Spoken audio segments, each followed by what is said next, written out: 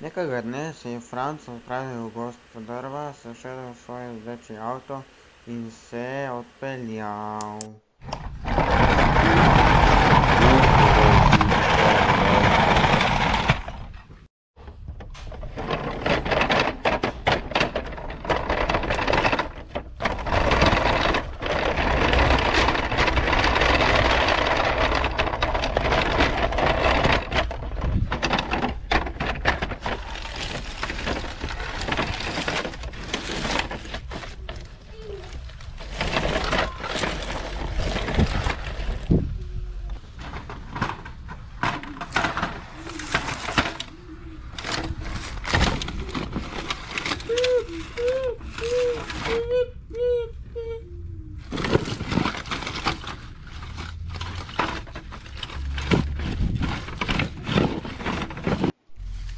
Ta drva bom naložil in jih bom peljal prodat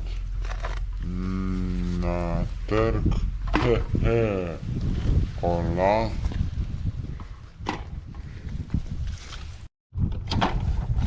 In potem je drva peljal na trg.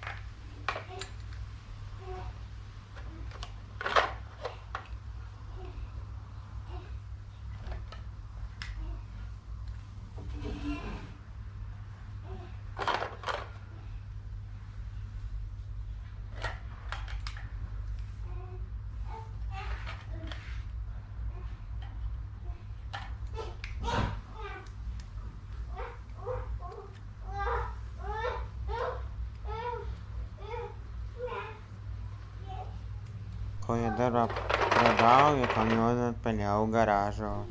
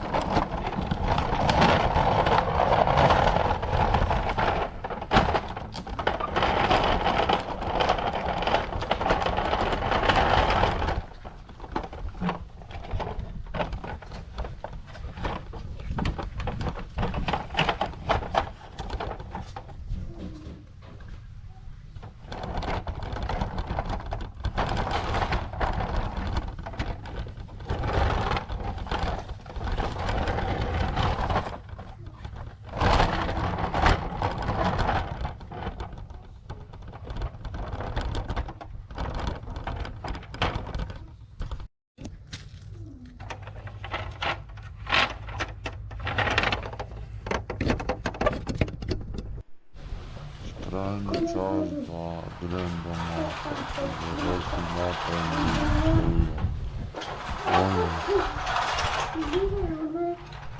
Malo